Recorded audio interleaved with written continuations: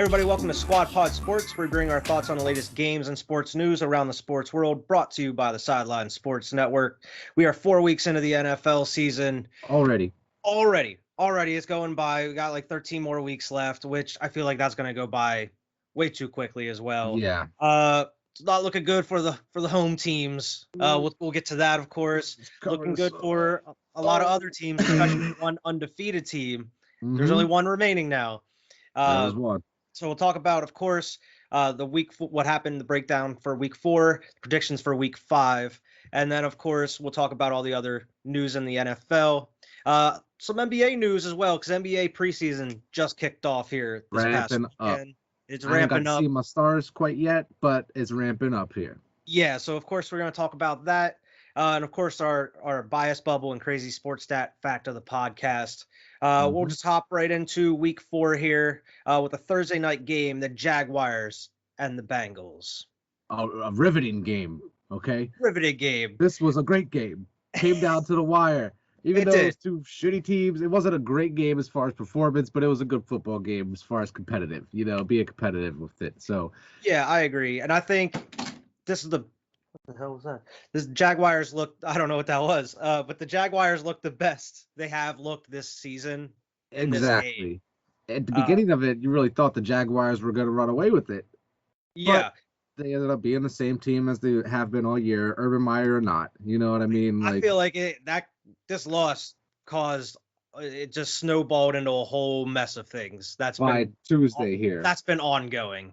Right. And I mean, talk about the actual game, because we can talk about that in a bit. But the Trevor Lawrence, he didn't have any interceptions this game. Oh my God! Was surprised. He was averaging 2 a game, but he had 200 yards, no touchdowns. Joe Burrow, on the other hand, he had 348 yards, 2 touchdowns, no interceptions. But the Jags actually looked like a balanced team this game, and they were running it with Robinson, and then he ended up getting hurt, unfortunately. But they were rolling. But man, the Bengals, they just looked too good. I wish Jamar Chase would have got a touchdown. Would have helped me out a little bit. He did have 77 yards, but he didn't get in the end zone there. Yeah, CJ took his touchdowns. CJ took the touchdowns, but the Bengals look good though. I mean, the offensive line is still like, oh man, Joe Burrow's on the run all the time, but they're 3-1, man. They're making it work. They're number 1 in that division right now, technically. If you Nobody saw that coming. Nobody would have saw that coming. We thought they would probably be maybe 4, maybe 3, but not number 1 in that division. Yeah, I mean, got a lot of time left. Baltimore and Cleveland will kind of ramp back up here, but at the moment they're number 1. Number 1, yeah, and like you said, they're 3-1, and Jacksonville is still winless. They are 0-4. 0-4. Urban Meyer may get fired mid-season. It's starting to look that way. I mean, there's a lot of stuff that happened that, I mean, it could have got another coach fired. Apparently, there was rumors about him getting fired, but I know if something else happens, it's done. It's a done deal, I feel. Mm-hmm. Bengals ended up coming out with that one. We both did pick Cincinnati in that. Yeah, we figured that was going to happen. I was getting a little worried there. Like you were saying, like some fans, I was like, Jacksonville, they started out hot on this game. Man, the Bengals are able to pull it off. Washington, no names, and the Falcons. These no names, they were going to lose. The Falcons had them in the hands, but then the Falcons, once again, they blow it like they always blow it and allow like a last-second touchdown at the very end to win the game. Taylor Heineke almost had 300 yards and 3 touchdowns, man. This dude is out here doing everything he can to make a shit team as good as possible, Yeah. I mean, hats off to Heineke. This is like his second or third like game-winning like drive that he's had. And Matt Ryan, I mean, he didn't have any interceptions. He had 283 yards and 4 touchdowns. This is probably the best Matty Ice has looked this season. Right. I think this is the first time they've had 30 points this season. So, I mean, the defense just couldn't get the job done. Yeah. And I mean, Kyle Pitts, man, he was such a big name. He just hasn't been doing much this season. He hasn't been really on a radar. I think it's a lot to do with the team, and it's probably a lot to do with scheme at the moment with like a lot of people keying in on him. But absolutely. Yeah, 9 targets, only 4 receptions, but he still did end up having 50 yards. So he's doing all right. I know he's really good in the blocking game as well. Yeah, but they need to that does win. help. I mean, that's what tight ends are for as well. Mm-hmm. But did we both have Washington in this game? We both picked Washington on that one. And that's probably maybe last time you're gonna see that happen this year. Us both pick Washington. But next one here, once again, these Bills stomping teams, leaving another team scoreless. First it was the Dolphins, now it's the Texans. 40 to And nothing. they dropped 40 on them, man. 40 to nothing, man. These Bills, they got them ranked number 1 in the power rankings as of right now, man. And that's like, even though they're 3-1, their loss coming to the Steelers in week 1, man, they've been blanking teams. This is 2 teams now that haven't scored a single point on them. So I mean, defense is just as good as their offense right now. 5 turnovers on defense. That's crazy, man. Like, that Buffalo Bills team is all around very, very good and very, very sharp. We're in like year 3 now, or 4 of Josh Allen, where it just keeps looking better, man. He just looks more and more poised every week. I know he only had 248, but he only had 9 incompletions, 20 of 29 there. So Josh Allen, I don't know if he's the MVP this year, but he is playing extremely well for this Buffalo team and got them firmly in first place there in my AFC East. Yeah, I mean, he has 248 yards in this game, 2 touchdowns. He does have a pick. But yeah, I mean, the Buffalo Bills are just rolling right now. Stephon Diggs, 114 yards. Emmanuel Sanders, I mean, the other week I forgot he was even on the Bills, but man, he's been having a great season so far with them. Right, exactly. And I mean, like I said before, I like Josh Allen, so I hope they keep it up. Bills are a hard team not to like. Exactly, especially with their fans and everything that goes about it, man. Like I'm not rooting for them. They're in my division here, but I'm happy to see them finally succeeding because for years they've been the punching bag. You know, they really have been, and I've never seen a team like that turn it around like that. You know, that become like kind of the laughing stock and a punching bag, like you were saying, to completely 180, and are a great team. And not only that, people are loving the fans, Bills Mafia. It just seems like just good vibes, and there's high expectations year rounds that are pretty much being met, other than just winning a Super Bowl as of yet. Exactly. You just need to get over that final hump there and get that, but it's going to be tough with Pat Mahomes in the conference here. Yeah, and I mean, the Houston Texans, they're 1-3 now. Their only win comes off of, Tyrod Taylor being under center for them. Davis Mills only had 87 yards in this game and 4 interceptions. This dude is no not touchdown. The answer. Get him and his neck out of here, okay? Get him that big old neck out of here. Mark Ingram only had 24 yards and 6 carries. But we both picked Buffalo. Brandon Cooks, who was having an amazing year in the first couple games with Tyrod Taylor in, 47 yards, not looking good now. Because, I mean, it's just a factor just coming from the team. That's how bad the team is. Overall, they need a lot of help out there in Houston. We saw this coming for months now. Yeah. The next one here, the Lions and the Bears. I picked the Lions. I picked the Lions as well. Yeah. Because we both wanted to see Matt Nagy get fired if they lost this game. And he did it. He didn't, because I think that apparently the offensive coordinator actually called the plays this week instead of Nagy. And they ended up putting up a convincing win against the Lions. The Lions did not look good at all. They weren't competing at all in this. The Bears were just manhandling them. And they really made it a closer game than it was the entire game. I know they were getting whumped on for most of this game here. Ended up kind of coming back. You thought they had a chance there, then they just couldn't pull it off there. But I thought it was interesting what the head coach said. You sent it to the group chat today. Like, what did the head coach say? I don't know if that was true or not. I don't know. I had to go double check, and I don't think it's fact. So I'm not gonna. We're have to cut that out. It was just something pretty funny. It was pretty funny, but I'm not. I don't think that was fact. So I'm not gonna put any fake news out there. Gotcha. We both picked Detroit in that one. Justin Fields came out and actually he didn't do great. He had a pick, but he looked like a quarterback that was able to get a win there. It was his first win as a starter, so I'm happy for Justin Fields. No touchdowns, but 200 yards, interception for him. David Montgomery had 100 yards. Yeah, 2 touchdowns. Jared Goff had almost 300 yards, 299, and 2 touchdowns, no picks. But the Lions, like the Jacksonville Jaguars, are 0-4. They are winless. Yes, they're winless, and I don't see them getting a win anytime soon here. No, not anytime soon. We both had the Lions in that one. Took an L. The Panthers and the Cowboys. I took the Cowboys on this one because I knew this was going to happen. Cowboys just, they put their foot on the gas and didn't let off. Like the Panthers, I don't get it. It took them a while to get going. I don't really understand. I thought the Panthers defense was good.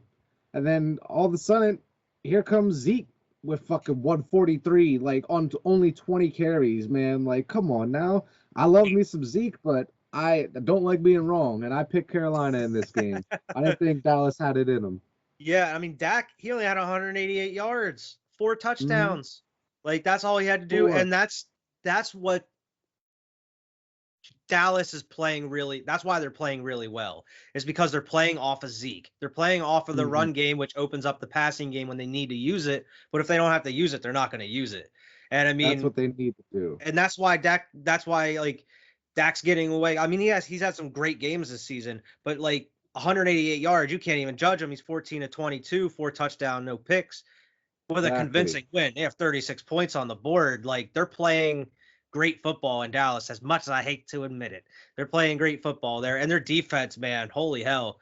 Diggs over there, then that new kid, he's future. As long as they can stay healthy, along with every other team in the league, but Dallas might be a problem coming on later in the season here. I still think it's going to end the same way as it always does for Dallas, but they're looking great as of so far. But that's the story every year.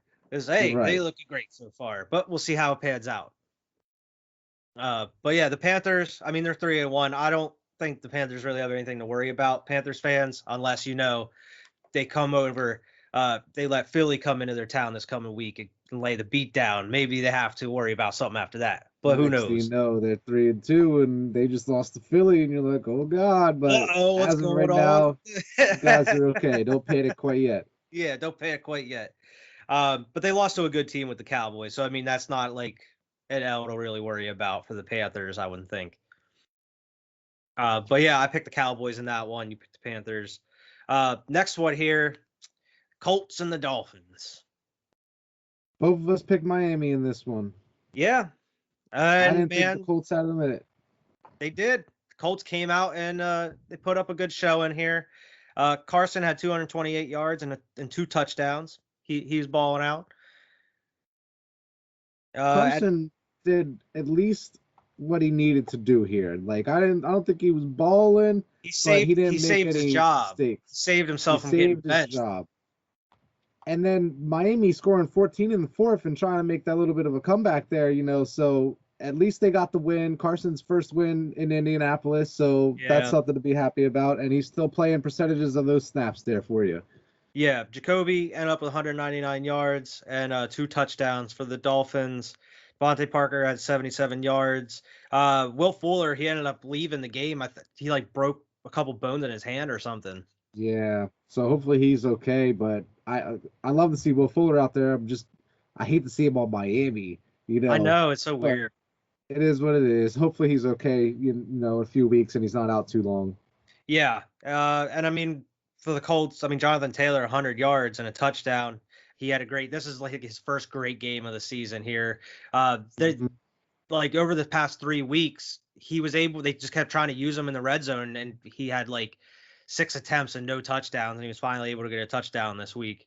Michael Pittman had 59 yards, no touchdowns. Pascal, 0 touchdowns. But yeah, I mean, who knows what this Colts team is, man. I still think you can't trust them as of right now. Definitely can't trust them, especially being 4 weeks into the season and they just got their first win. So you got Miami, but I don't know about you going forward. I didn't even pick you to beat Miami. Yeah. The Browns and the Vikings. Another L. Yeah, I took the Vikings in this one because they were coming off a strong performance. I mean, they had a strong performance in all their games so far, and then they come out and only put 7 points on the board. But I mean, that just kind of shows also how good the Browns defense is, man. Myles Garrett is a beast out here. Absolutely, man. I definitely think that they were showing that defense is the best part of this team. No matter what happens on the offense, if you could put up 14 points, you probably win the game here, you know. Yeah. So, like you were saying, Minnesota's been great all year. Even though they're only 1-3 right now, they've been competitive every game. They've been putting up a good amount of points, and the Browns just shut them down. So, congratulations to them there. Yeah, and it also shows like how good the Minnesota's defense is, only allowing 14 too. Right. Like this could have got out of hand. It This really could have could got have. really out of hand. Minnesota's slide in the wrong direction right now, even though they got a good team. Yeah, there's a lot of teams that are either like 2-2 now. Yeah. Or 1-3 Or that 1-3. you don't expect having those records right now. Like, what is going on? But we'll talk about that too. But Nick Chubb had 100 yards, Kareem Hunt 69 yards and a touchdown. Baker only had 155 yards, no touchdowns, no picks. Wasn't his greatest performance there, but we'll see what he can pull out next week. Yeah. And I guess we could talk about it. The Chiefs and the Eagles. Mm-hmm. Chiefs in Philadelphia. I was surprised. I'm not going to hang my head after this game because I think until the fourth quarter, we were hanging with the Chiefs. We were fucking going touchdown for touchdown. We were putting points on there was no punts in this game at all. Nobody punted in this game. Damn. Points were scored on every drive. It's the defense, man, at this point. Last week, I was complaining about how terrible this offense is. Nick Sirianni came in with a game plan and it worked. We were getting points every drive. Now the penalties are atrocious. Like we have the most penalties in the league by far right now. Damn. We have had 6 touchdowns this season been pulled back due to penalties, 2 in this game. So we could have had 2 extra touchdowns on this game. We both, like the Chiefs and the Eagles, could easily had 40 points each on this game.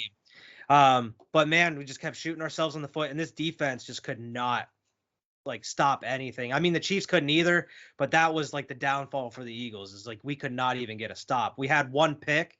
We picked Patrick Mahomes off. That was our only interception on the season so far. But I'm just happy we hung in. I'm more worried about the defense at this point. But man, the Chiefs, Tyreek Hill is an absolute weapon, like automatic, like. You can't even explain it. Dude, Tyreek Hill had 186 receiving yards and 3 touchdowns in this game. I know. I got him on fantasy, man. He got me 63 goddamn points. If it wasn't for Tyreek, I would have lost this week. So I'm super happy about it. I'm not worried about the Chiefs at all. Oh, no. It's that defense. Like, they're going to have to outscore everybody that they play at this point. But they probably will. Oh, yeah. The defense will get better throughout the season here. They're definitely a team that I think will be hanging there, be very dangerous come postseason time. So don't worry about it. 5 touchdown passes out of your man Patrick Mahomes here. 5 touchdowns, on 278 yards. Clyde Edwards-Helaire had 100 yards rushing. Eagles just can't stop the rush either. Yeah. Jalen Hurts, super impressive day. 387 yards, 2 touchdowns, no picks, no turnovers. 300. He had over 300 yards before it went in the garbage time. So dude was balling. Jalen Hurts also, unfortunately, was the leading rusher at 47 yards. Like, what's going on here? Miles Sanders needs to be getting these carries, man. He had more than last week, but man, something's going on. I don't know if Nick Sirianni got something against him. But come on, man. You got to run. He really needs to get more yards there. And we'll talk about getting more yards in the run game when we get to my game, but it's just really ridiculous how they're not giving the ball to Miles Sanders more often here. It's crazy. And I got some stats that I'll talk about in the bias bubble to prove why they should be giving him the ball. But the biggest thing about the Eagles, other than keeping up with the Chiefs, was this was Devontae Smith's game. This is his first 100 receiving yard game with the Eagles. He had 122 yards, no touchdowns on 7 receptions. He had a great game, man. He was catching everything. He was getting open every time. He would have had a deep touchdown if they wouldn't have called him for offensive pass interference when he got pushed out of bounds. Like, come on now. Like, come on. Like, these refs this season, and Joey Bosa said it, have been ridiculous. You're blind. You got a job. Do your job. You're blind. Do your job. But that's all I'll say about it for now. Chiefs, man, I picked the Chiefs going to win this game. Too. We both did. So the outcome was not surprising. it was surprising the Eagles kept up with them. It could have Right. been way worse. Like you said, it's something to be happy about that they were even that close. We put 30 points up. So, I mean, we put up points, no, not punting. I'm fine with that. But yeah, so Chiefs win that game. What was the next one here? Because I had to go back. The Giants and the Saints. This one went to overtime, and these dang Giants somehow got this win. I don't get it. I'll get it, man. What's up with these Saints?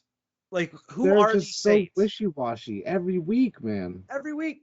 It's I really don't know who they are either. Kind of how like the Cardinals looked last year, where like they looked amazing one game, and the next game you're like, what's going on? Like, right.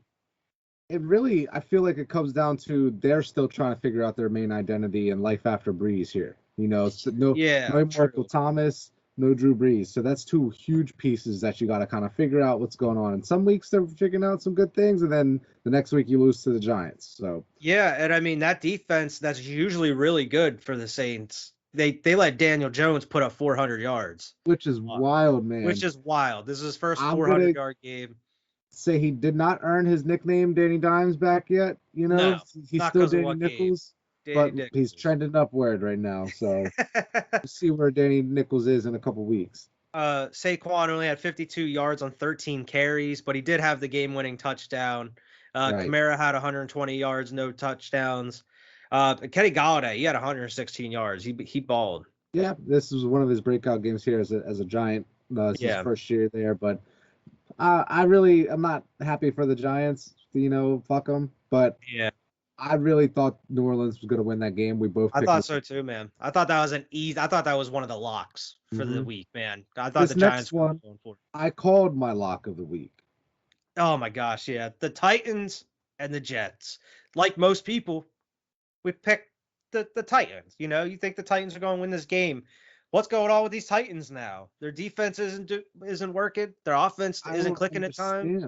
Well, they didn't have Julio. He wasn't playing.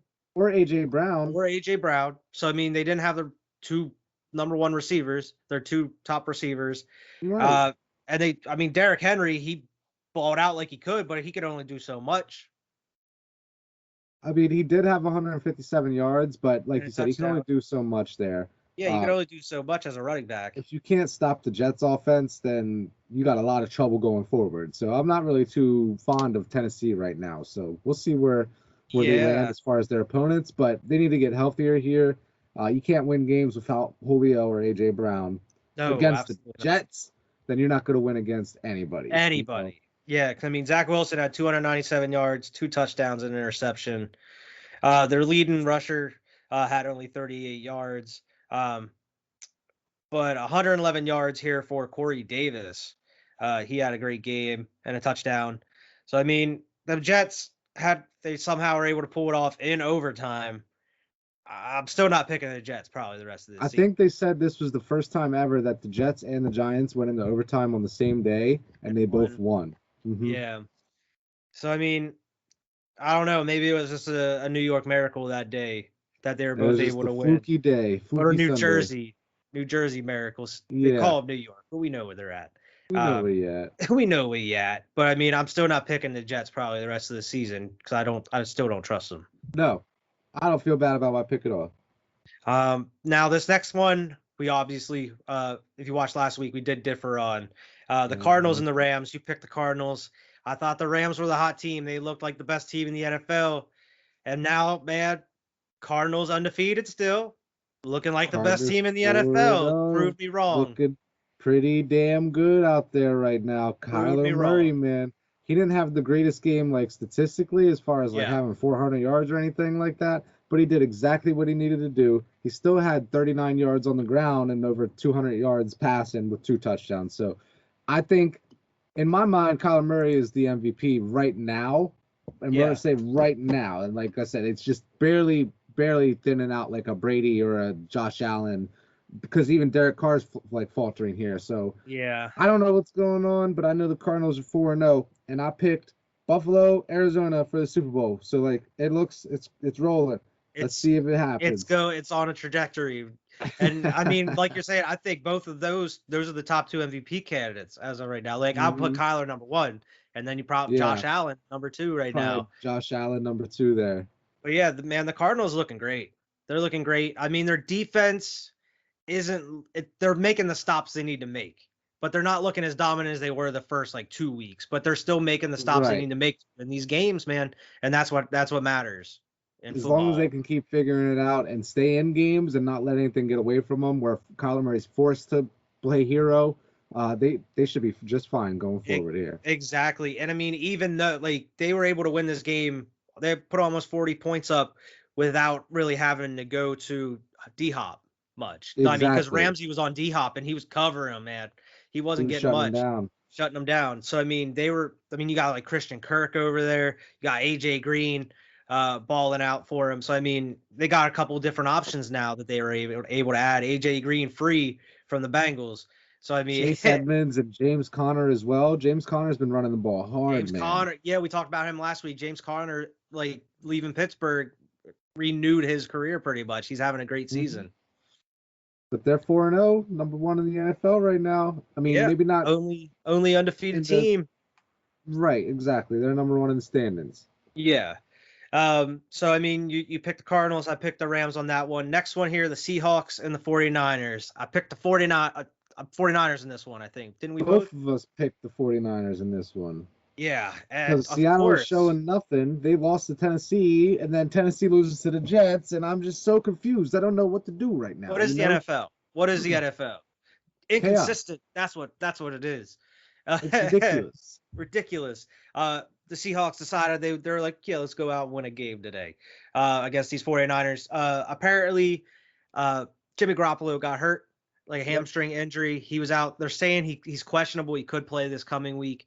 But Trey Lance had to come in. Trey Lance, he was okay. He didn't look too great, but I mean that's expected on like you weren't expecting him to be the starter, wasn't expecting him to come. So let's see what he looks like with a full week of practice. If they do think that he's going to have to start this next game here, But even Russ, he only had 149 yards.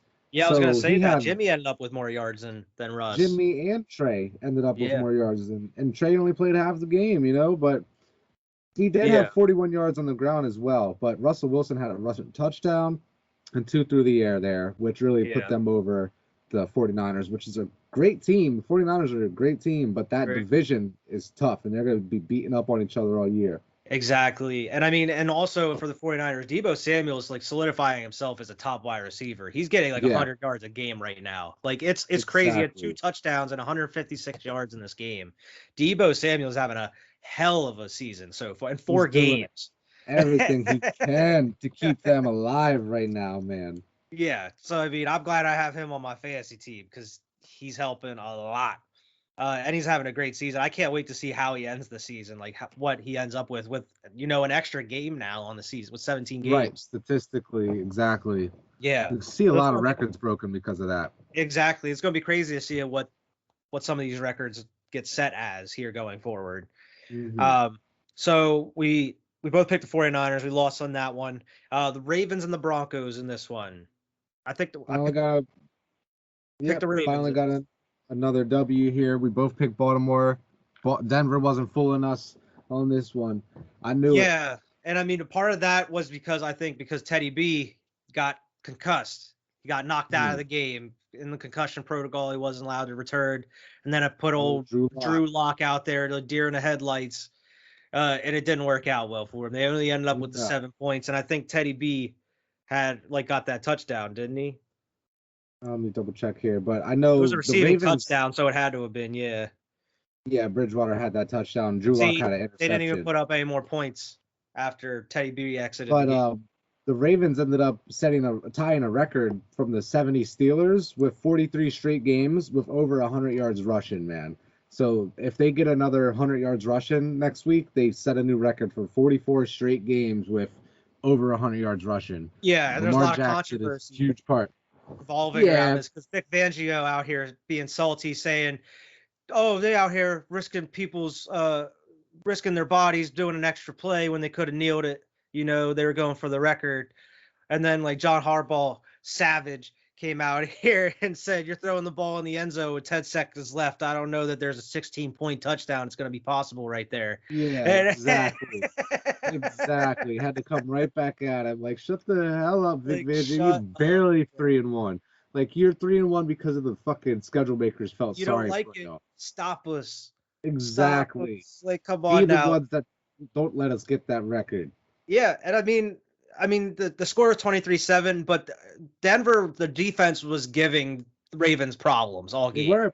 Like the defense, Denver's defense is legit. I think they're good, and they're even missing some like key pieces on there, and they're still good. It's just, man, if you take their like Teddy B out there, it's just not looking. They turn into the Jets pretty fast. Yeah, they turned into the Texans pretty fast. Turn to the Texans pretty fast. But that defense is better than that, so I'll give it to them there. We'll say they turn it to the Bears pretty fast. The Bears pretty fast, yeah, because their defense can actually keep you in those games. But man, if that offense can't do anything, it doesn't matter. But we did both pick Baltimore on that one there. Yeah, which leads us to the Steelers and the Packers. We both, Aaron Rodgers. Aaron Rodgers, man. Aaron Rodgers, the bad man. Big Ben's washed up. We don't even acknowledge week 1 anymore because the Packers are rolling. Smiling on the sidelines during that ass whooping anyway. Like, he didn't give a fuck. Like, he wasn't shook. It's just week 1. Got 16 weeks left, baby. What about that smile? What about that smile that he gave Mike Tomlin, bro? I know. Mike Tomlin looked at him too, and I know I watched the interview where he was talking about it. He just like explained himself. But it looked. He's like, I do that with everybody, great. Or he's like, I do that with everybody, man. Like, no matter who. It was an NFL moment that you love to see. Just like Tomlin, like being sneaky on some shit. Aaron Rodgers, like, okay, like, you know what I mean, like, or no, Aaron Rodgers being sneaky. Aaron Rodgers go to the damn Pittsburgh Steelers. If he goes to the Steelers, I'd rather see him go to San Fran. I changed my mind. I want to see Aaron Rodgers and Mike Tomlin team up in Pittsburgh. I don't want to see it. I don't want to see it. Would be amazing. It would be so fucking cool to see. And like, I know the Steelers would instantly become contenders and whatever, because they got that great defense right now, realistically. But Big Ben, time to go. Get the fuck out of here. Thank you for man. Big Ben looks shook out here, man. He's a statue in the pocket. He's throwing interceptions. He's throwing just like little like 5-yard, 10-yard routes. He's not throwing the ball deep really. They're not looking good. Like, he looks terrible. Would probably not care if he retired mid-season. They're like, just get out of here. Just fucking leave. I mean, you don't have Juju. You don't have. I mean, he's there. He was playing, but he's been kind of hurt in and out. Claypool wasn't there. But I mean, even when they were in there, both. I mean, Big Ben just does not look himself. I mean, I know it's still week 4, but it doesn't look like it's getting any better anytime soon for these Steelers. Right. So we'll see what happens, but that has lit a fire in that storyline of Aaron Rodgers to the Pittsburgh. So that'd be interesting. Yeah. Just that a single look between a coach and a QB lit the internet on fire. I mean, the bad man Aaron Rodgers, he had 248 yards, 2 touchdowns, no interceptions. Aaron Jones 48 yards. Dylan had 81 yards. Randall Cobb 69 yards, 2 touchdowns. This was homecoming for Randall Cobb. Yeah. I'm glad he bought out because, like you said, it's homecoming. He's back with Rodgers. He finally got that connection rolling again. Like, that's going to be dangerous if he's got him and Devontae Adams out there. Exactly. So we'll see how that goes. And speaking of homecomings, we got old Thomas Wayne Brady going to back to New England, going back to New England, to face old Billy Belichick in a Foxborough. This was a lot closer game. I thought you Patriots had this one in the bag. Everyone played this game like we had Tom Brady under center. Yeah. Like, that's how I felt. I felt like we had a quarterback that was perfectly capable of this shit. Like, and he was killing it. I would just throw a couple stats out at you real quick here. He's not Tom. It's not. I guess he's not Tom. It wasn't even his fault. It wasn't his fault. Okay. Yeah. Now our kicker Nick Folk, I love that man. He set the record for. It is what it is, though. Hey, it happens. He missed the field goal. It was a shit weather game. It was pouring the whole time. shit weather. And then it got all nice and clear for the third quarter. And then as soon as we got the ball, it started pouring again. But I noticed that too, because of like when they came back from halftime, everything was like dry, like nobody, like everybody was like cool. And then like fourth quarter, it was raining. I was like, what is going on? I thought everything was good. Again. But listen, Mac Jones, okay, 31 of 40, 275, 2 touchdowns and a pick, okay? Yep. Tom Brady, 22 of 43, 269, 0 touchdowns, 0 interceptions. So if we're going off quarterback rating, or not QBR, like just like passer rating. Yeah. Mac Jones is sitting at a 101.6, where Tom Brady was sitting at a 70.8. So Mac Jones kind of outplayed Tom Brady there, but Tom Brady did what Tom Brady does and got the W. No matter what. This is a morale game, because like even though you lost, you still hung with the Bucs, and you actually should have won. Like that, like really should have won. You guys know you should have won that. And Mac Jones, you guys know what he's capable of, and you know that he can be that dude going forward. But on a negative note, okay, Tom Brady had 3 rushing yards, okay? Yeah. New England had -1 rushing yards. Oh. Tom Brady had more rushing yards than my entire team. We need to figure that shit out. It says the Nelson Aguilar has 4 yards, and that was like the most. Nelson Aguilar had our wide receiver. Yeah, had the most rushing yards. The most rushing yards on the team. And they were taken away as a team because of Mac Jones at -1 and Damian Harris on 4 carries for -4 yards. Yeah. Oh, Jesus Christ, man. So your boy Jacoby Myers looking good for you guys, though. He is. He's looking like he could stay there. Like he could be one of your like premier wide receivers for you guys going forward. I just want to see, still development, but we'll see what happens. I'm really happy with the defense holding the Buccaneers to only 19, so yeah, that's impressive. See how it goes, but 1-3 going into Bill knows his tendencies. Right. But we play Houston next week, so get back on that winning track there. Yeah. We both picked I picked the Buccaneers. Did you pick the Patriots? I picked Tampa Bay. Oh yeah, we both because we thought it was gonna be a blowout. Which neither of our games were really blowouts, which were nice. Right.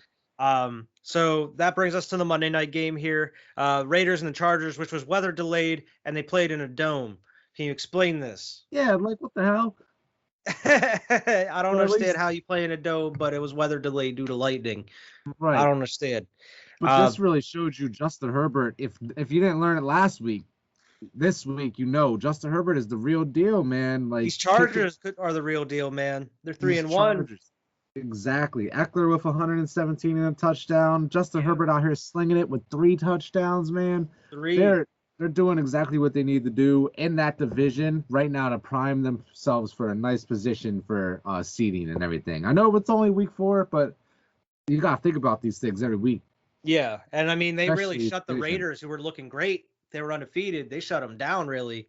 And I mean, like Bosa said after the game, you start putting pressure on Derek Carr, it's all over from there. He was saying, like, once you start putting pressure on Derek, he was saying it was like no offense to him, but he's a great guy. But in the game, you start putting pressure on him, he folds. Like exactly, it goes wrong. Saw it.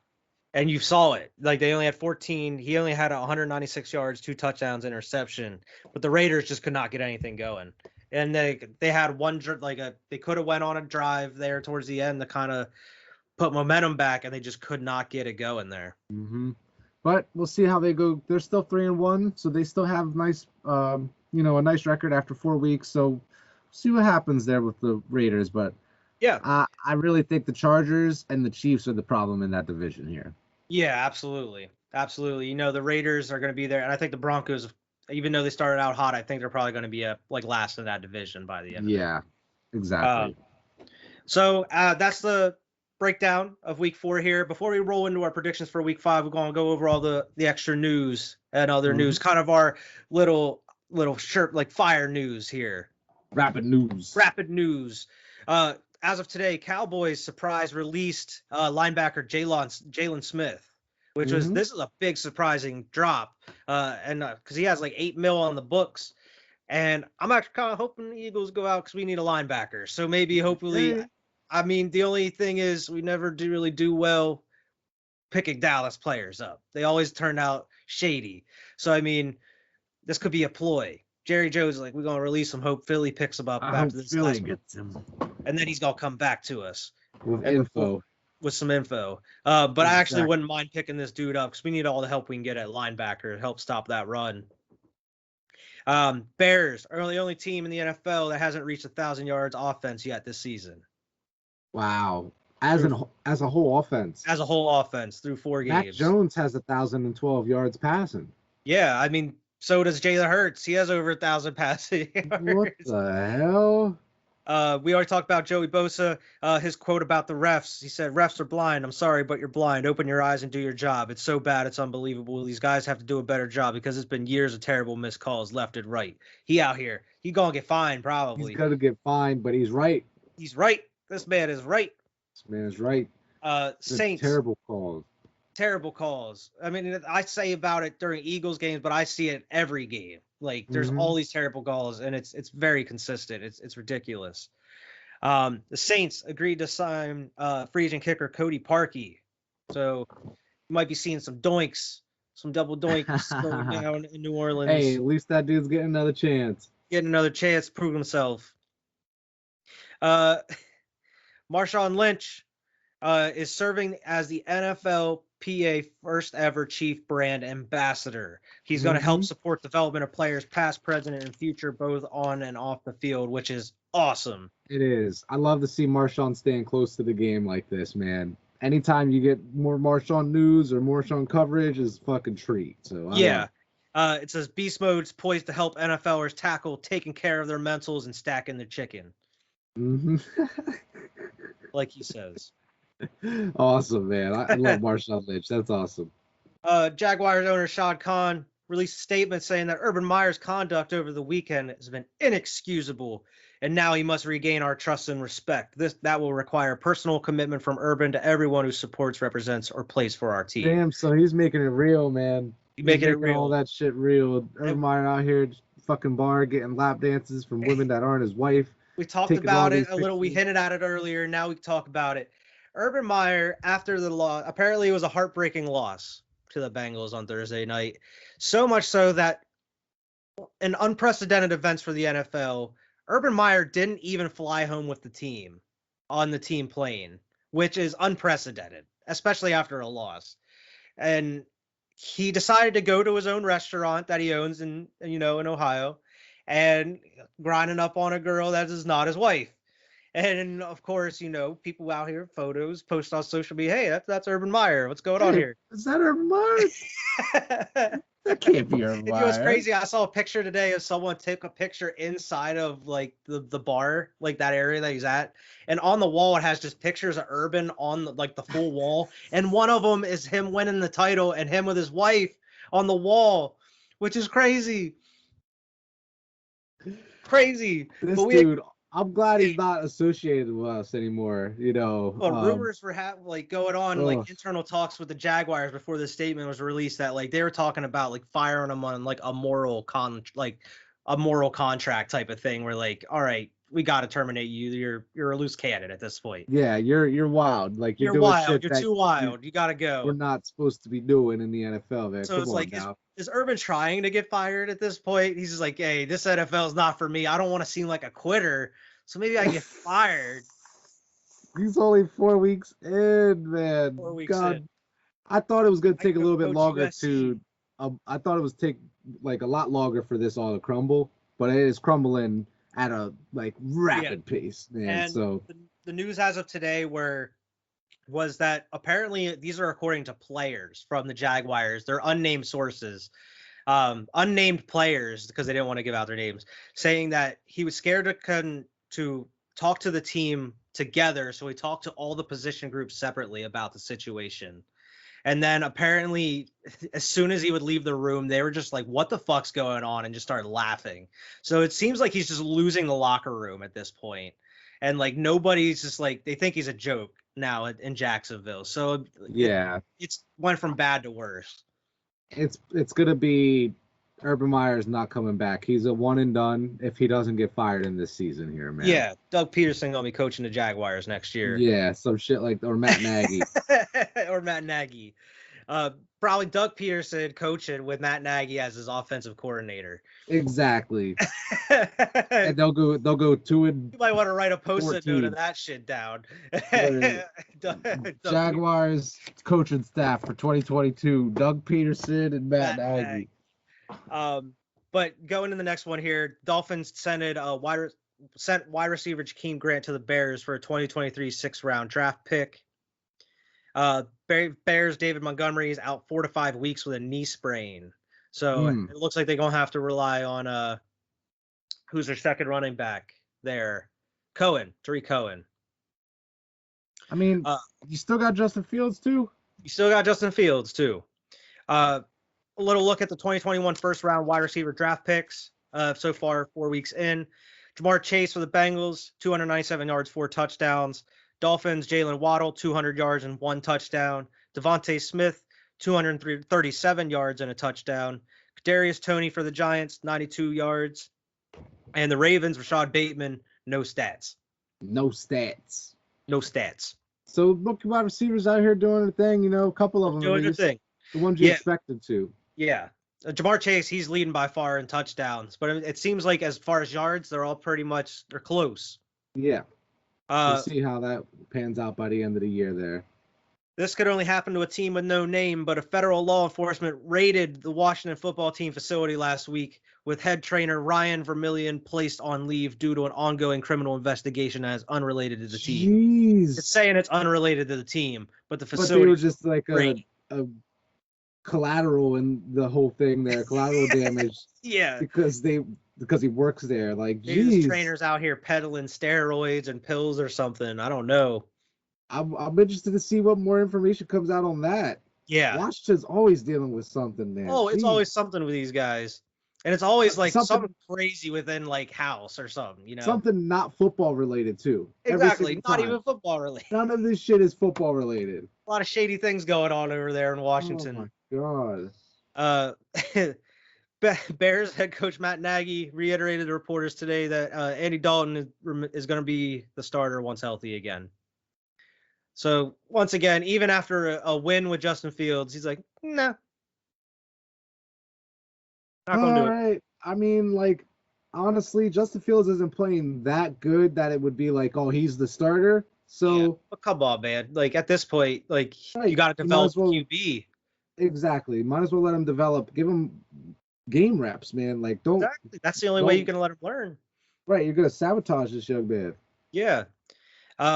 Your boy Mac Jones completed 19 straight passes Sunday against the Bucs. Mm-hmm. That's the longest streak by a rookie over the last 40 seasons, surpassing Russell Wilson and Mike Glennon's 16 straight.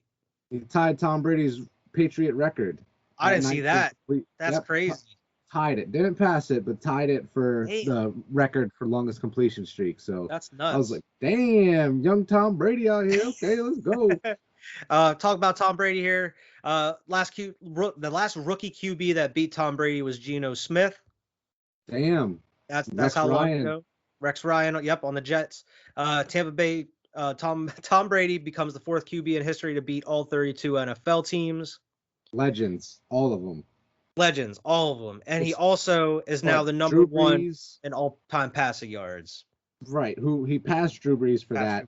And I saw that he asked the Patriots to not have a ceremony like the fucking Saints did. They stopped the game for like 30 minutes and had a ceremony for Drew Brees when he broke the record. Yeah, Tom Brady, he's like, no, you can flash it on the borders, but don't stop the game and do all that. Like, so that's apparently it came out the day after. Like, that's the only reason they didn't is because Tom said, don't, don't do that shit, man. But there's only 4 quarterbacks, like you said, they even beat every team. They're all legends. Yeah. Drew Brees, Peyton Manning, Tom Brady, and Brett Favre, man. Like, even though Brett Favre is probably like that third-headed dragon that looks kind of like ooh in that group. I mean, honestly, I don't know, man. I don't really have any feelings towards Brett Favre, but I just feel like he wasn't our era. So we got to see Drew Brees, Peyton Manning, and Tom Brady a lot more. I know Brett Favre never wanted to retire either. He ended up playing 3 different franchises, but I just it's weird to see him up there as well, but he is a legend, man. Super Bowl winning quarterback, so give it to him. Yeah, true. And might as well keep talking about Tampa. Rob Gronkowski, it's been revealed that he actually suffered punctured lung, a broken rib, and 4 cracked ribs during the Rams game, and he's going to be out for a significant amount of time. Right. Unfortunately, he wasn't there for the game. Yeah, they were talking about like all week, like, oh, he could be good to go for this week or whatever, and then it comes out like, no, he's gonna be out for a while. Yeah, he's gonna be out for a while, man. He's not playing. They're like, what do you mean? Like, you just told me it was questionable. Like, what the fuck? But yeah, so hopefully he's healthy. You know, I know he's an old man too by this point, but yeah, that's a huge injury to have. Right. I hope he can come back and finish the season strong. Yeah.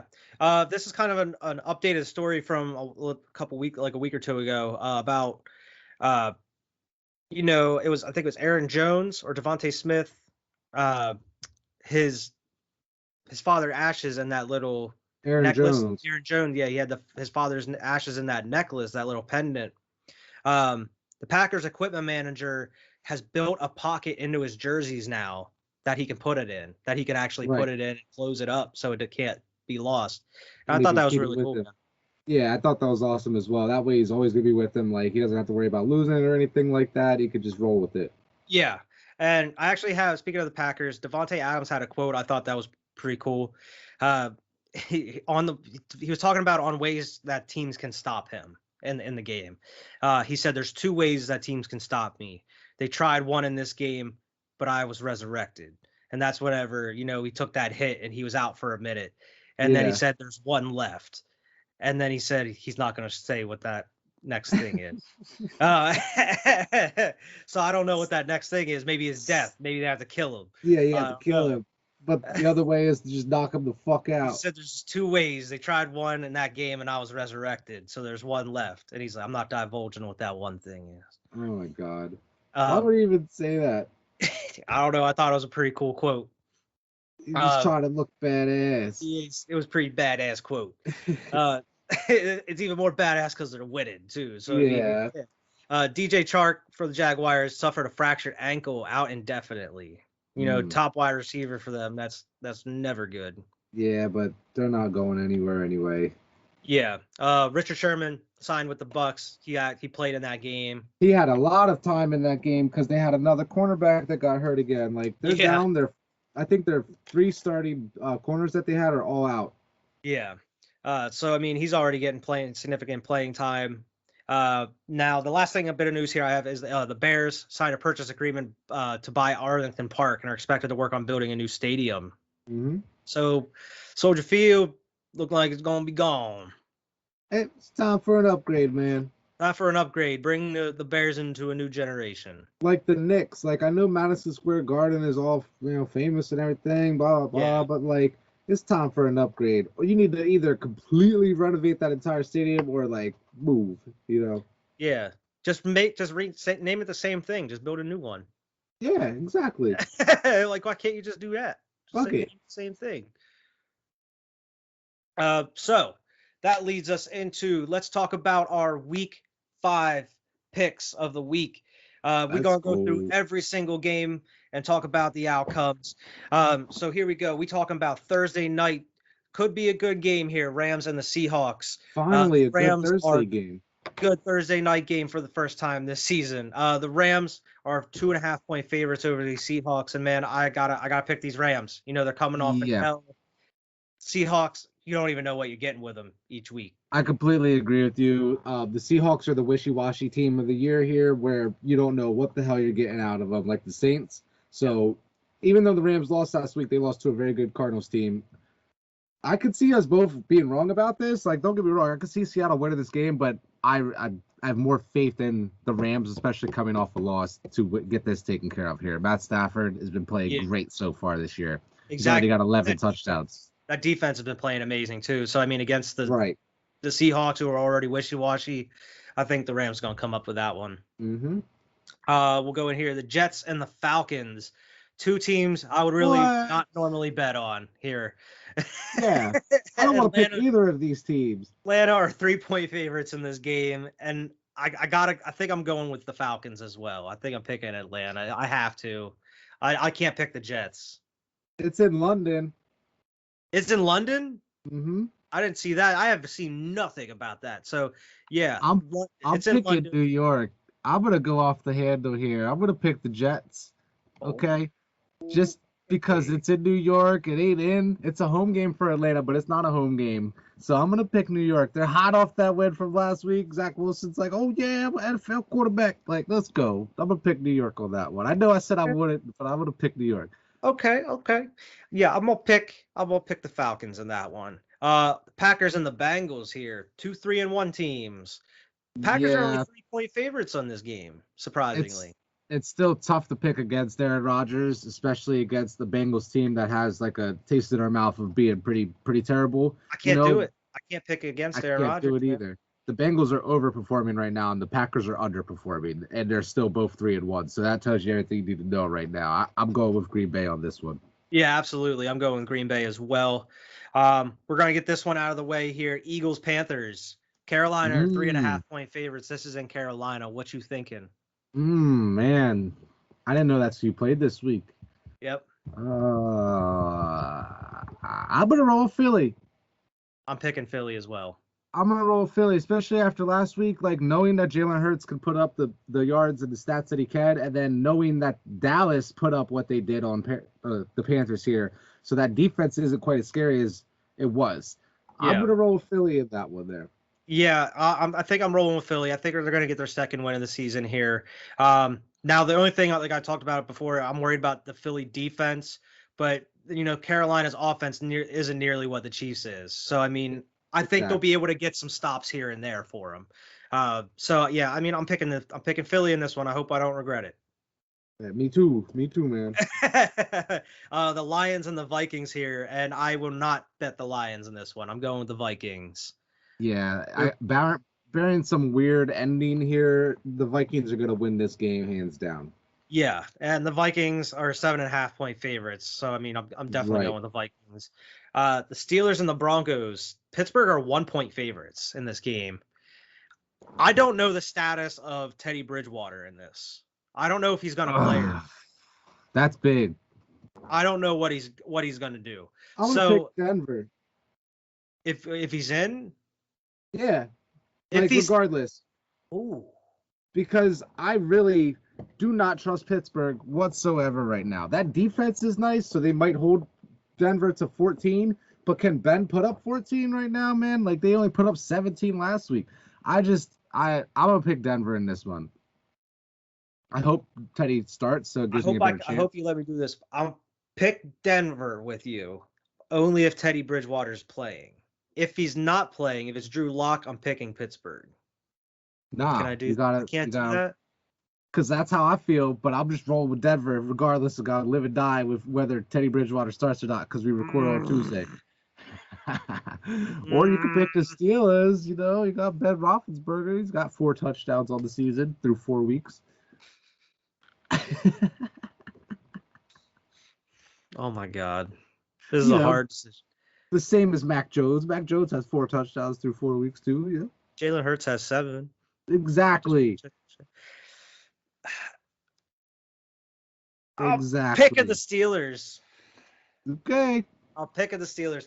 Fuck it. I'll pick the Steelers. I don't trust these Broncos for some reason. I don't trust them either. Don't trust I feel you, man. You're probably right. I'm just going with Denver. And the Steelers lost a couple. They're bound to get another win here eventually. This is their turnaround. It's not a turnaround game, but they're going to get a dub in this one. It's in Pittsburgh too. I didn't see that. So I'm definitely picking Pittsburgh then. Okay, I'm gonna stick with Denver there, but that makes me feel a little bit more nervous. Okay. Dolphins and the Buccaneers. Tom Brady hates them Dolphins, so he's gonna play them in Tampa Bay. I'm picking the Buccaneers in this one. Yeah, this is an easy one. 10-point favorites. Tua's out. He knows Jacoby personally. He's won a Super Bowl with the man, so I'm rolling with Tampa Bay in this one. Yeah, this is pretty much a home game. They don't even have to leave Florida. So exactly. Well, it's like you're saying, pretty much a home game for Miami because it's in Tampa Bay. So yeah, it is in Tampa Bay. So yeah, it is a home game for them. It's pretty much a home game for the Dolphins. Yeah. But yeah, I got Tampa Bay in this one definitely. Tom Brady riding high off that win from last week. They're gonna win that game. Saints and the Washington No Names. Rams. Saints just got beat by the Giants. I don't know what to expect against the no-names. I want to pick the Saints, but at the same time, I don't trust them. Too. Saints are 1.5-point favorites. And it's in Washington, too. I'm going to roll with the Saints in that one. I like Washington. I really do. It's going to be hard for me to pick against the Saints right now. Even though they're playing shitty, this will be a game where they blow out the Washington no-name some shit. So. I agree. I'm going to pick the Saints in this one, too. Because I know if I don't, they're going to end up blowing out the no-names for some reason. Exactly. Now, I don't know how to bet this next one either. Titans and the Jaguars. Oh, Titans. I know they're going through some shit. They lost to the Jets there, but the Jags have become the new Jets in my mind as far as the power rankings go. The Jaguars are the worst team in the league. I'm not picking them. I don't care if they're playing the Jets. I'm picking the Jets. You know what I mean? So I'm rolling with Tennessee in this game. I don't trust Jacksonville at all. Urban Meyer's going to lose his job. True. Yeah, I'll pick the Titans. Urban Meyer going to lose his job. Yeah, Titans going to win that game. And I would expect at least one Julio or the other receiver to be back too. Yeah, exactly. So yeah, I'll pick the Titans in that one too. Patriots and the Texans. I'm picking the Patriots. Yeah, they're 9-point favorites. It's really only because of the opponent, because we're not looking like the best team or anything like that. Obviously, we can't figure out the run game, but the Texans are really bad this year. Even though they have the same record as us, they're really bad. I think we're a better football team than them, so I'm going to roll with New England here. Definitely go with New England on that one. Tennessee might only score 6 points. Yeah, if that.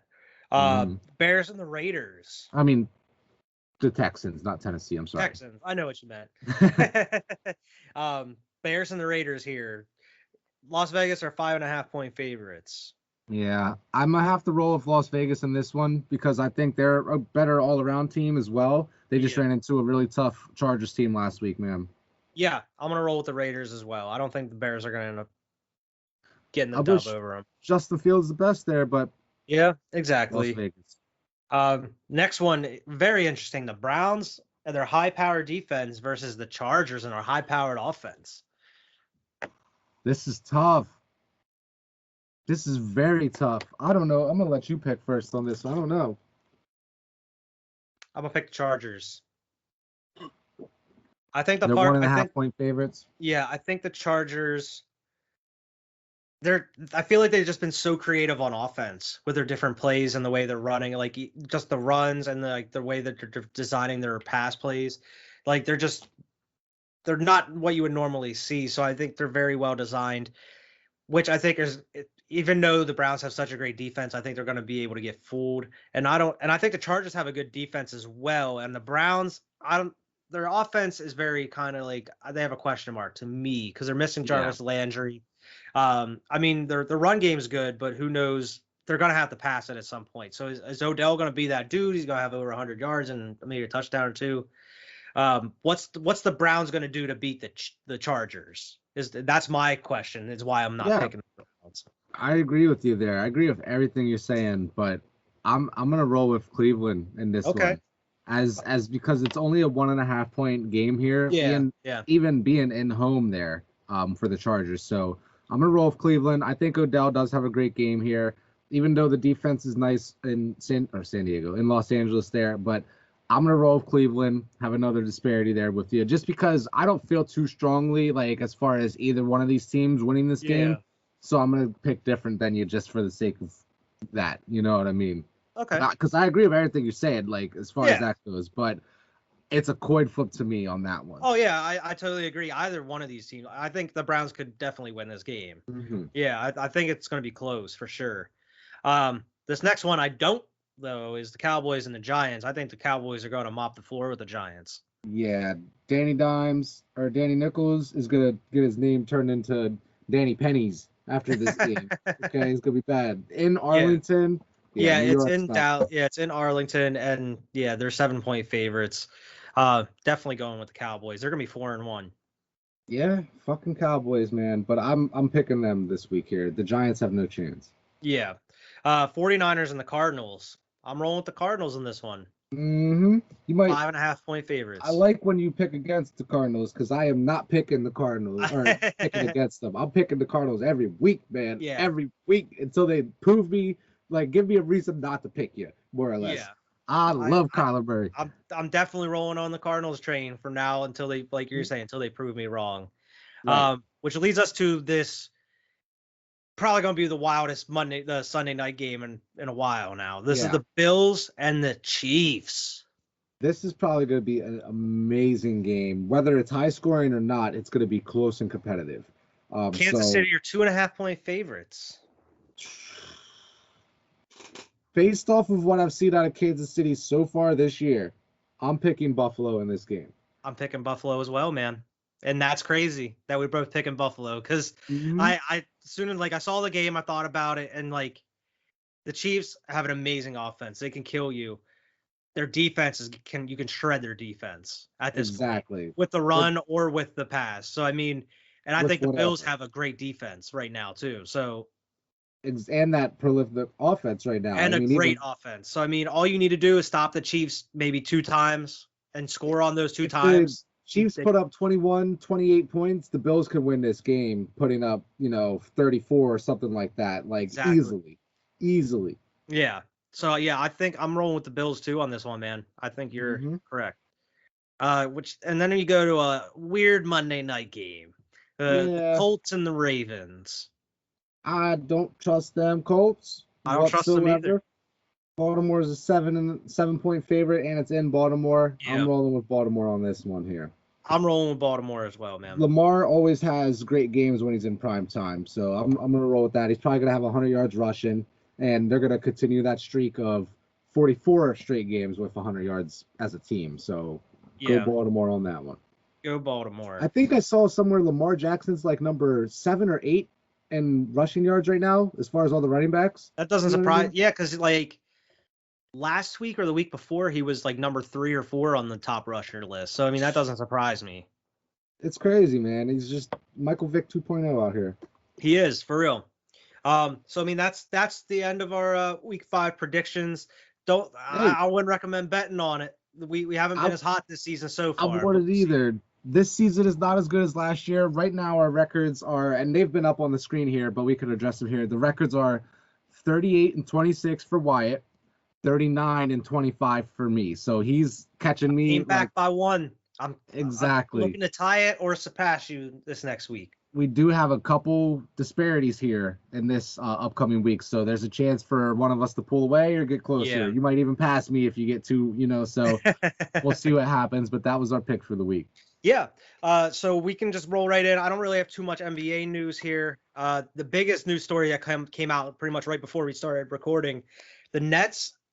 Woj has released that the Nets are undecided on whether they will accommodate Kyrie Irving as a part-time player this season if he does not get the vaccine. Right. Take that with what you will, because that sounds to me like they may be looking to trade him if he's not willing to get the vaccine. I really think they would, just because it's going to be an asset that you would love to have out there. If you can't have him the full season, you might as well get something for it because you have a championship team sitting here. Exactly. They're not going to put the team's needs ahead of Kyrie Irving's needs. Exactly. And Steve Nash has already came out and said that the Nets are not moving their practices outside of New York to accommodate Kyrie Irving. No, so they're even having their practices there. They're like, no, you're either getting the vaccine or we're going to figure out something to do with you. And as of right now, on this team did. Yeah, and as of right now, it's getting so serious that Woj is reporting that, I mean, it seems like Kyrie's not budging on his stance. So they may look to, whether KD likes it or not, they may be looking to move him. Exactly. Like, I know KD is going to be pissed probably, but like you got to understand they're trying to win a championship. Yeah, exactly. And I mean, as we're talking about the Nets, among the NBA, like the players voted and everything, the Nets are selected to win the NBA title this season, and KD is tabbed to win MVP. Mm-hmm. I had a list and there. And a GM survey, well. Sorry.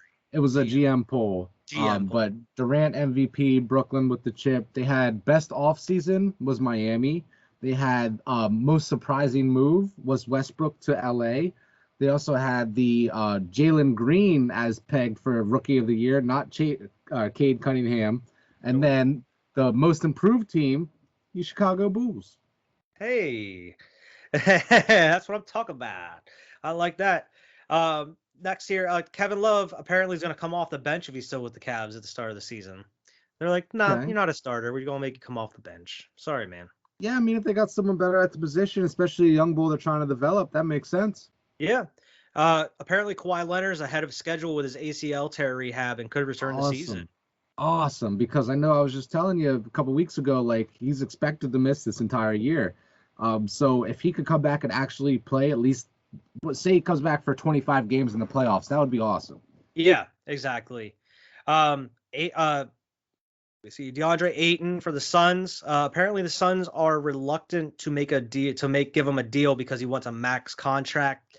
That's along the lines of his 2018 NBA draft classmates, including Trey, Luka, Shai, and MPJ. So they're kind of stalling on a potential deal with him because they know that they're going to have to give him a max deal. Yeah, but I mean, he has been there for the finals run, so I mean, you might as well pay him while you can because he's going to just get more expensive if he keeps getting better. Exactly. And of course, an update on the Ben Simmons situation. The Timberwolves, the Pacers, Cavs, Pistons, Raptors, and Spurs have been inquiring about Simmons, and he recently sold his condo in Philadelphia. Yeah, he's done. He's going to be playing in another city. Done. And I mean, Joel Embiid also has a new quote about saying that like we kind of built this team around Ben like over the past couple seasons, so like it's very disheartening. So it's like he's saying everything he can to like not roast this dude. Like he's just trying to say like the Sixers literally did everything planned around him and Ben Simmons to succeed, and he's not doing his part. And it's like, I don't know, man. Simmons blaming everybody but himself. Yeah, I really don't understand what happened, like why he's forcing his way out, even though we've been talking about it for weeks. I still don't understand it. I don't understand it either. It's like not as clear cut as the Aaron Rodgers thing, and even Aaron Rodgers came back. Or even the Wentz, like you got an argument with Wentz. They weren't building around him. He had nothing and all this, but like with Ben Simmons, they put tons of great players around him. They were contenders. They could have went for a championship run this past season. They brought Jimmy in. They brought Jimmy in. They could have won it that year. They were a Kawhi bucket away from going to the final. Exactly. But yeah, man, it's crazy. And the last thing I have here was the NBA spokesman Mike Bass said any player who elects not to comply with the local vaccination mandates, like say Kyrie going playing with Brooklyn, they will not be paid for their games that they miss. Right.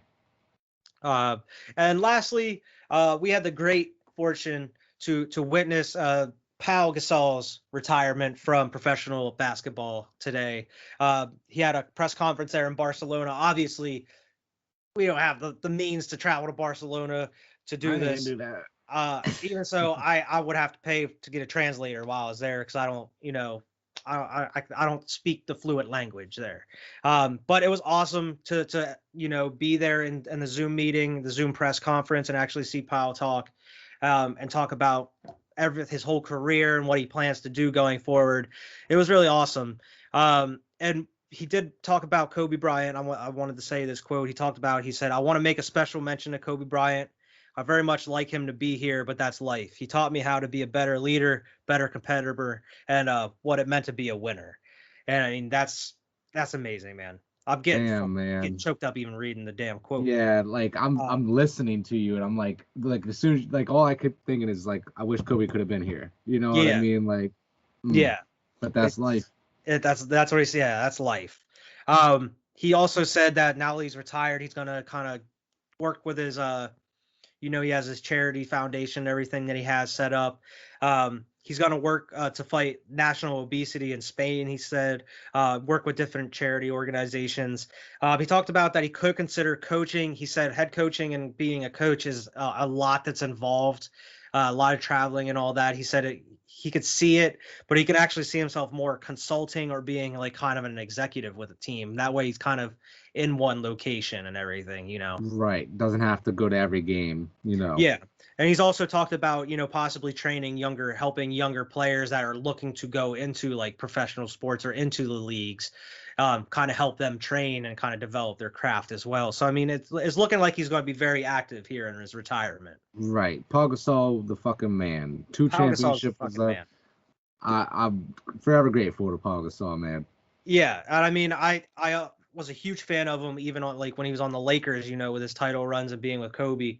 But it was even sweeter, that he even got to come and spend a couple seasons in Chicago. And I actually, got to see him on Chicago playing with Jimmy, playing with like Rondo and Wade, at that point. So I mean, it was so cool to see that happen. So I mean, yeah, that was awesome. I forgot Rondo was on the Bulls, man. Yeah, so Yeah, that was the big three at the time.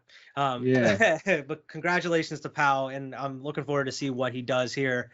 I've been in contact with them actually, so I mean, I got invited there. So hopefully in the future, maybe possibly get him on the show here.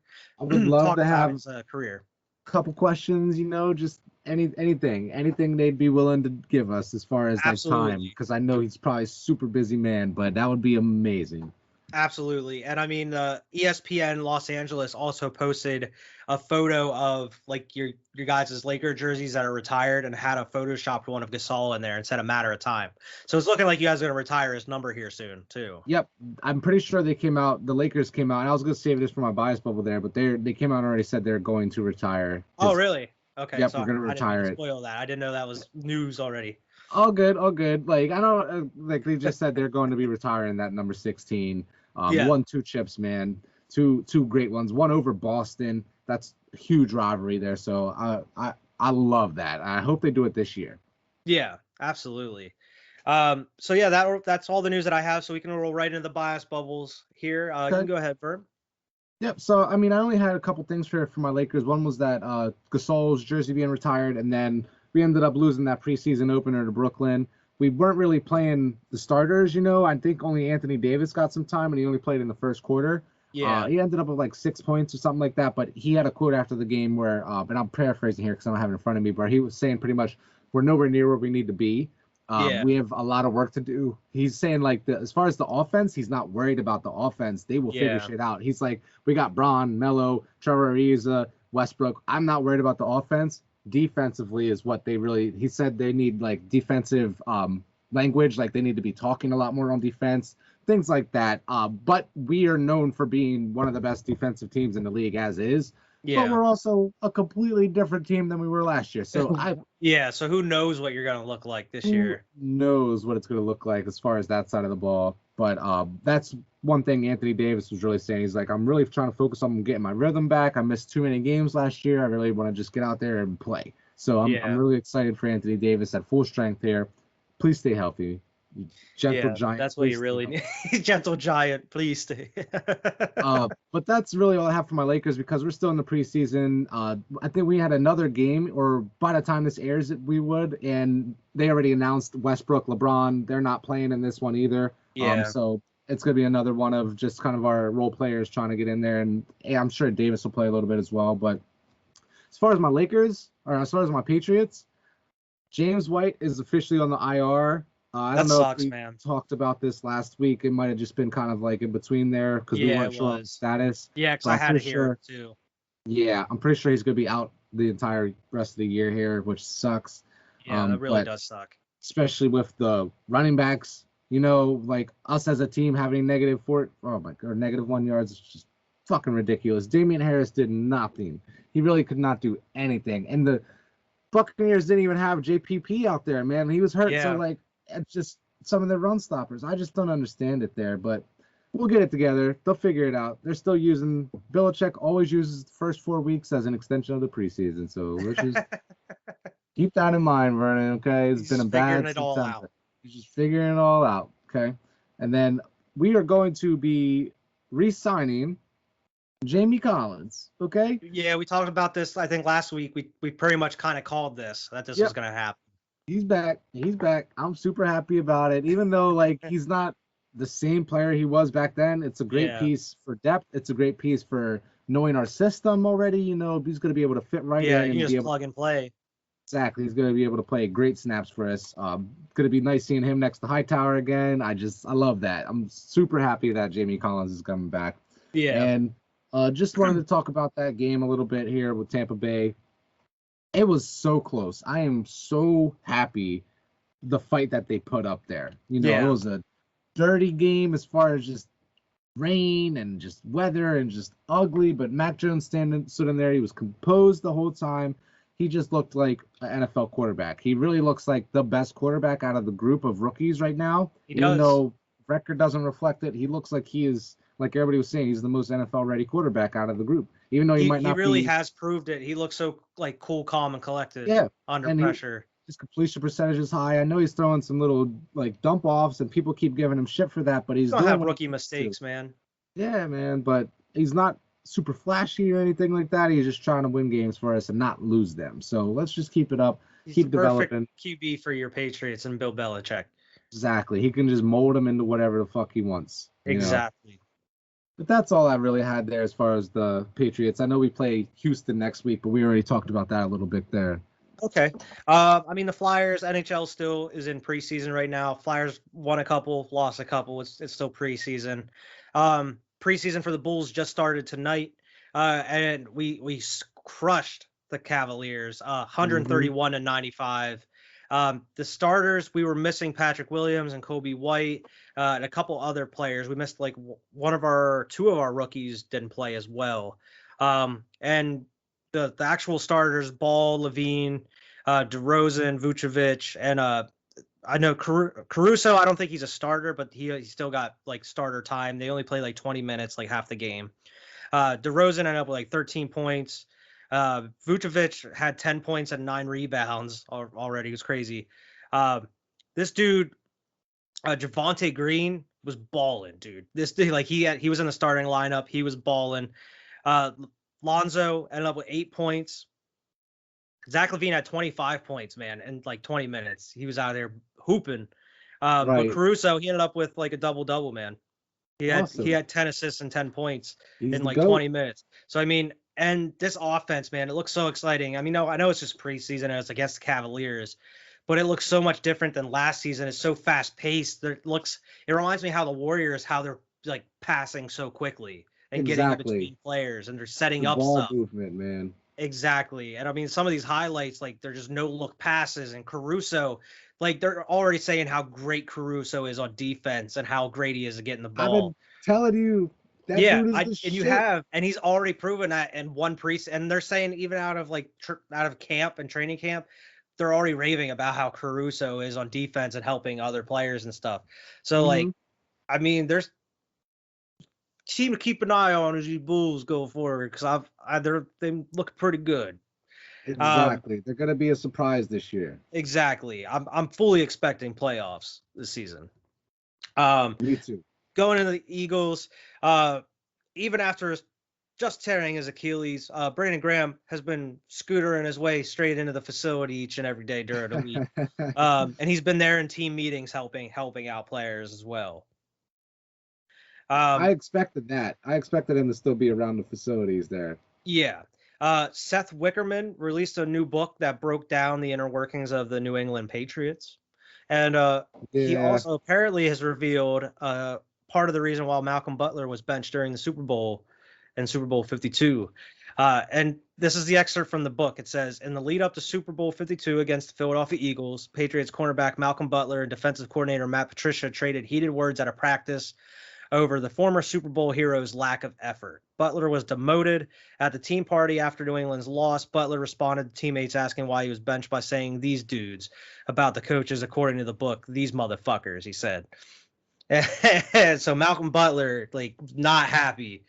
Right. And honestly, it's kind of like it's not really new news because there was reports a while ago about there was a fight with Patricia, but like there was no details. No detail. You know? And this is the first that I've really seen about it. So I was like, oh, that's pretty interesting. Right. So it's really something that I kind of already knew, and it's a stupid ass reason to bench him for the Super Bowl. Oh, yeah, for the Super Bowl. I don't agree with it at all. But it's something that happened, man. Who knows? That could have changed some shit. That could have changed the outcome. That could have definitely changed that fucking Super Bowl, but it is what it is. It's history. Just gotta roll forward. Fucking Malcolm Butler, goddamn. I wanted to talk about Miles Sanders a little bit. Most 25-yard offensive plays by running back since 2019. Derrick Henry, obviously. He has 19 with 110 off 110 touches, he has 19 most 25-yard offensive plays. Like, God damn. 25 yards at a time, he has 19 off 108 touches. Second is Nick Chubb with 19, tied with Derrick Henry with 591 touches. So that's like almost 300 less. Then you got Miles Sanders with 18, 459. Like, he has like 100 less than Nick Chubb. So why do they not fucking give the ball to this Miles man? Sanders is like a pro at getting these huge chunks and like breaking out on these long runs. Why aren't you using him, bro? Use him. He can be such a beast, and that opens up the pass game even more. Like, why wouldn't you do it? It doesn't make any sense. I don't understand it, man. And I mean, speaking about great running backs, LaShawn McCoy, my boy, signed a one-day contract to retire with the Philadelphia Eagles. And he was celebrated here at the home game against the Chiefs this past Sunday. Shady announced his retirement. He says his biggest regret was that he couldn't play his entire career for the Eagles, and he wanted to win the Super Bowl here. Yeah, which really would have been great because that's where he made his legacy, but doesn't always work out. He also said that now that his post-playing career, he's going to be focused on doing real estate. So he's going to be a real estate mogul now. Okay. And he also said that he could also get into helping a team pick some talent if they ever needed some help. So right. He was also like maybe consulting with the Eagles, maybe say, if you ever need some help, I got you. Kind of how like Sproles, Connor Barwin, and our old tight end, I forget his name now. It's blanking my mind. But they've been on with the team. Selleck, yeah, Brett Selleck. Him, Sproles, and Connor Barwin have been with the team all offseason and even during practices this year, kind of helping out and kind of consulting and helping players train and stuff. So I think that's pretty cool. Cool. Devontae Smith had his first Eagles rookie 100-yard game, and against the Chiefs, and that's the first 100-yard receiving game since Jordan Matthews had 3 in 2014 for the Eagles. Yeah. He's the first Eagles rookie to have a 100-yard receiving game since Jordan Matthews in 2014. Damn. Yeah. That's how long we've had since a good draft. And it was Jordan Matthews. It wasn't even like the greatest, Jesus. And he had 3 that year in 2014. Right. So I mean, Devontae Smith, he's special, man. And as soon as we get the system figured out, he's good to go. So let me see here. Jalen Hurts. Only 3 QBs in the NFL have 2,500 total yards of offense in their first 8 career starts since 1969. Cam Newton's number 1 with 2,600. Yeah. Patrick Mahomes at number 2 with 2,591, and then my boy Jalen Hurts with 2,584 passing yards. So I mean, people saying he don't have the arm for the NFL, but he's out here proving them wrong. He absolutely does. He absolutely does, man. Like, he is balling, putting numbers on the board. And I don't want to hear any of this garbage time stuff because he's been getting a lot of these stats before the Eagles. Like, it's usually these later parts of these games where they start getting blowed out. Like Dallas, we were in it up until like the late end of the third quarter. And the Chiefs towards the middle of the fourth quarter. So I mean, he had 300 yards before we were even out of the game against Kansas City. So I mean, right. I think Jalen Hurts is going to be that dude going forward. There's been rumors, I've been seeing this from Philadelphia reporters, that the rumors are within Philadelphia that they are looking to go with Jalen Hurts, and they plan to use those 3 draft picks next year to build around the team instead of having to trade for a quarterback. But yeah, that was the last thing I actually have here is the pick watch and the Carson Wentz tracker. Carson Wentz played all this last game, so everything is going according to schedule here. And if the season ended right now, Philadelphia would have 3 picks in the top 10 right now. How crazy is that? They would have 10. Yeah, they would have the number 4 pick from Miami, because if Miami keeps losing, we get a higher draft pick. Indianapolis would have the 6th pick, which we get, so we would get that pick.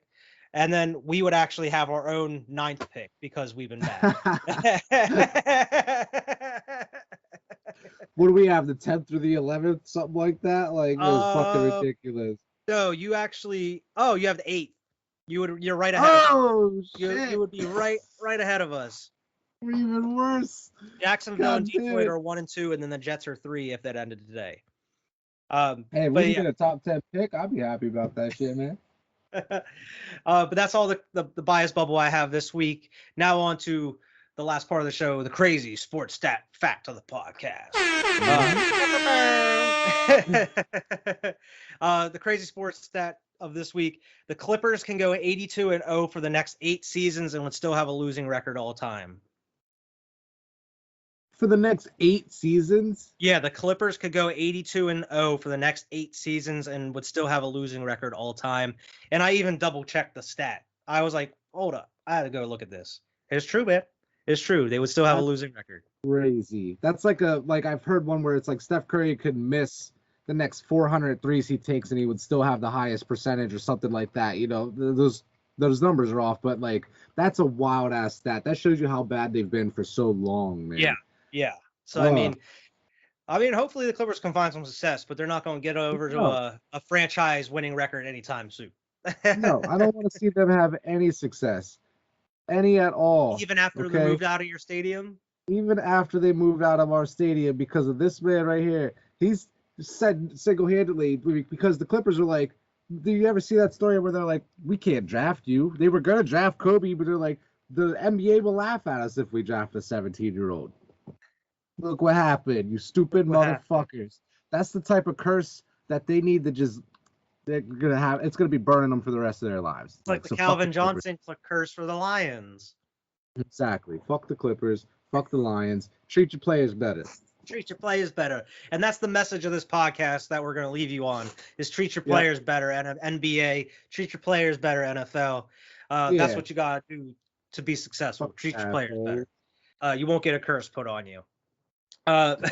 So until next time, make sure to like and subscribe. Make sure to go follow us on Twitter. We're trying to reach 1K followers by the end of the season, by the end of the year, not the season, by the end of the year.